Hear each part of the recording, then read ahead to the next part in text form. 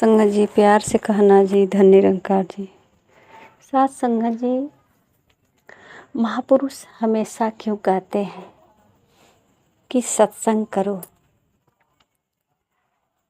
सत्संग में ऐसा क्या मिलता है। साथ संगत जी, सत्संग में जो है आत्मा का खुराक मिलता है, एनर्जी मिलता है आत्मा को।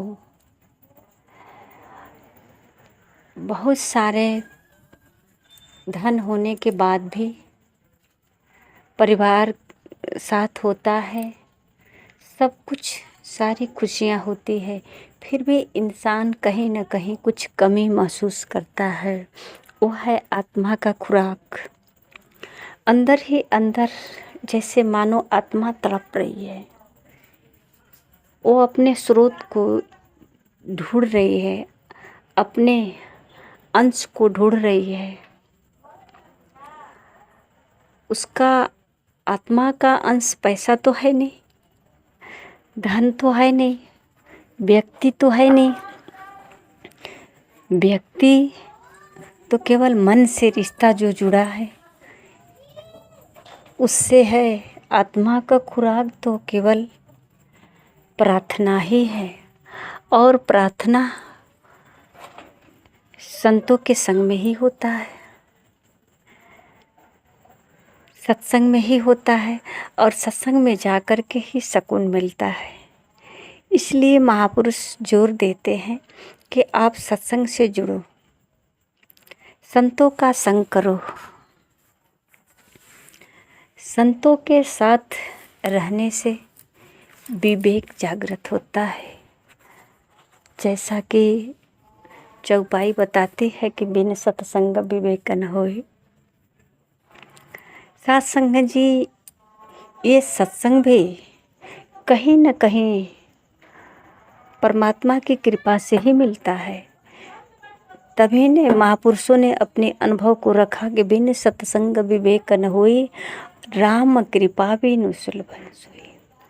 कहीं न कहीं है, प्रभु की कृपा ही है जो संत का दर्शन होता है, संत के साथ मुलाकात होता है। और सत्संग जी, संत के साथ जब जुड़ाव होता है तो जीवन में परिवर्तन आता है। ये संत ही हैं जो मानव जीवन में परिवर्तन लाते हैं। जब मानव के जीवन में घटना घटता है, कोई क्रांति होती है, तो सत्संग जी उसके अंदर बदलाव आता है, चाहे वो क्रांति जिस तरह का हो। कहीं अगर इंसान को ठोकर लगती है तो वहाँ भी जो है कुछ सुधार आता है। अगर मानव को ठोकर न लगे तो उसके अंदर कोई अपने अंदर की ऊर्जा का एहसास भी नहीं होता है। चोट लगने के बाद ही उसे पता चलता है। और सत्संग जी, ऐसी कुछ परिस्थिति आती है जहाँ अपनों की पहचान होती है।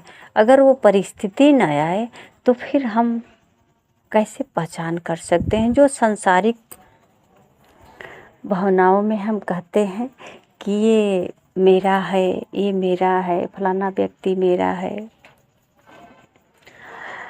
सत्संग जी एक महापुरुष जो है उदाहरण देते हैं कि जिस धन को, संपत्ति को, जैसे घर है, कुछ ज़मीन है, जिसको कहते हैं ये मेरा है,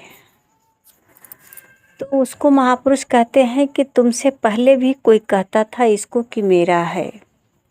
वो है बाबा और दादा, पापा, जो कहते थे कि मेरा है, कभी दादाजी कहते थे कि मेरा है, फिर कभी पापा जी कहने लगे कि मेरा है, और आज हम कह रहे हैं कि मेरा है, फिर मेरे बच्चे कहेंगे कि मेरा है। पर ये किसी का होता नहीं है। बस जितना दिन रहना होता है इस पर रहते हैं, इसके साथ जुड़े रहते हैं, अपना रिश्ता जोड़ कर रखते हैं। वो अपना किसी से रिश्ता नहीं जोड़ता। बस वो है तो है, आपको रहना है रहो, जाना है जाओ, इससे कोई फर्क नहीं पड़ता। ये किसी का नहीं है। और यही भेद जानकारी जब हो जाती है, ज्ञानी पुरुषों ने यही बताना चाहते हैं कि आपका नहीं है। जिसे आप कहते हो कि मेरा है, क्योंकि आपका होता तो आपके बाद ही इसका सीमा समाप्त हो जाता है, पर आपके बाद भी कोई आता है इस पर कहता है मेरा है। साथ संगत जी, सच तो ये है कि सांसें चलती है, आंखें काम नहीं करती, साथ नहीं देती। सांसें तो चल रही है, पर कभी कभी किसी का हाथ पाँव काम नहीं करता है। इस तरह का जो शरीर में परिवर्तन आता है, तो जब तक सांसें होती है इंसान में कुछ न कुछ चाहत होती है, चाहे वो अपने शरीर का उतार चढ़ाव के लिए हो या संसार के कुछ वस्तुएं प्राप्त करने की हो।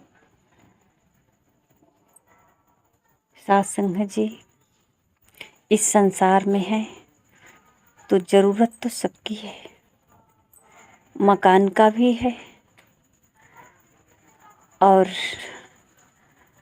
अच्छा अच्छा पकवान भी चाहिए, अच्छा अच्छा वस्त्र भी चाहिए। तो साथ संगत जी, जब ये सब अच्छा चाहिए तो इसके लिए परिश्रम भी अच्छा चाहिए। थोड़ा जागना पड़ेगा, परिश्रम बढ़ाना पड़ेगा। साथ संगत जी, जीते तो सभी लोग हैं इस धरती पे, सब लोग खाते पीते हैं, सब लोग वस्त्र पहनते हैं। फिर एक ऐसा भाव आता है कि इससे भी कुछ अच्छा हो, तो कितने लोग उतर जाते हैं बेईमानी के रास्ते पे, और कितने लोग परिश्रम करने लगते हैं, पढ़ाई में जोर देते हैं कि बहुत सारे पढ़ाई पढ़ करके कुछ आगे हम बनना चाहते हैं। कुछ लोग पढ़ाई न करके बोल करके ही अपने आप को आगे बढ़ाना चाहते हैं। जिसको जैसा समझ आया, पर सबका लक्ष्य एक ही है, कुछ बनना चाहते हैं और बन जाते हैं। अगर कोई चाहता है कि हम किसी का धन छीन करके राजा बने तो चोरी करना पड़ेगा। अगर कोई चाहता है कि हम सबका परोपकार करें तो उसके लिए साधु बनना पड़ेगा, परोपकार करना ही पड़ेगा। और साधु होगा, उसके अंदर सद्भाव होगा, प्रेम होगा, तभी तो किसी का उपकार करेगा।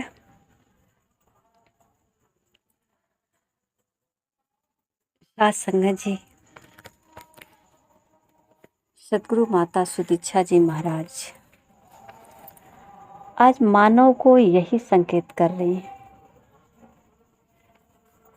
कि ये जो जीवन आपका है, ये जीवन मिला है कुछ कर्म युग के लिए, जो आप कर सकते हो, इसका फल प्राप्त कर सकते हो। इसी शरीर में ही उस फल को प्राप्त कर सकते हैं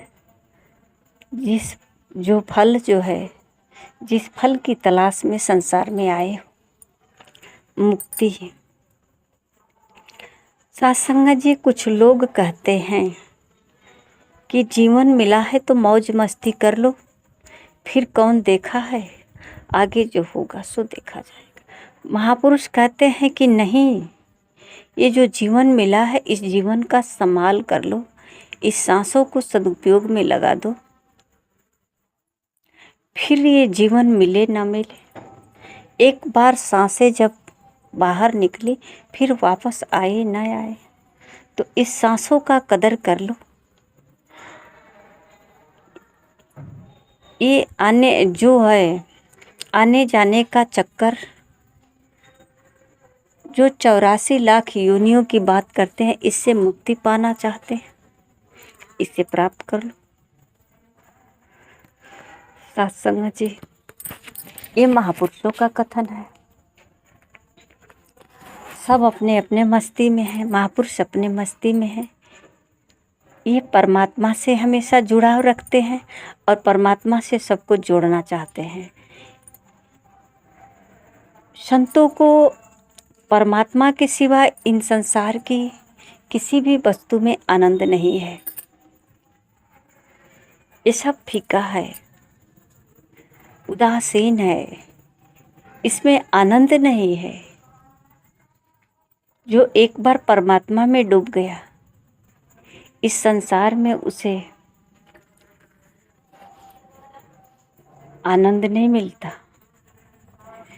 केवल इस संसार का सदुपयोग करते हैं, इस संसार में रह करके संसार को साधन बना करके अपने आनंद तक पहुंचना चाहते हैं। और जो परमात्मा तक नहीं पहुंचा, परम आनंद तक नहीं पहुंचा, तो केवल एक कहावत कहते हैं, सच्चिदानंद, सत्यचित आनंद। आनंद का नाम जानते हैं, सच्चिदानंद का नाम जानते हैं, पर आनंद को प्राप्त नहीं किए हैं। आनंद को किस में ढूंढते हैं? इस संसार की वस्तुओं में। तो कितना दिन तक रहेगा?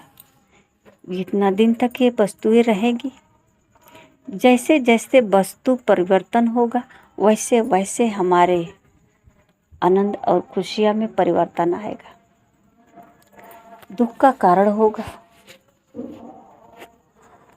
तो इसी को हम कहते हैं कि हमारे जीवन में दुख ही दुख है। आइए सत्संग जी, अगर समय मिले तो संतों का संग करें। संतों के संग से ये जो मन में असंतुष्टि का भाव है, जो नकारात्मक भाव है, जो चिड़चिड़ापन है, इंसान से इंसान को दूरियां बनाकर जो रखता है, इन सब अवगुण धीरे धीरे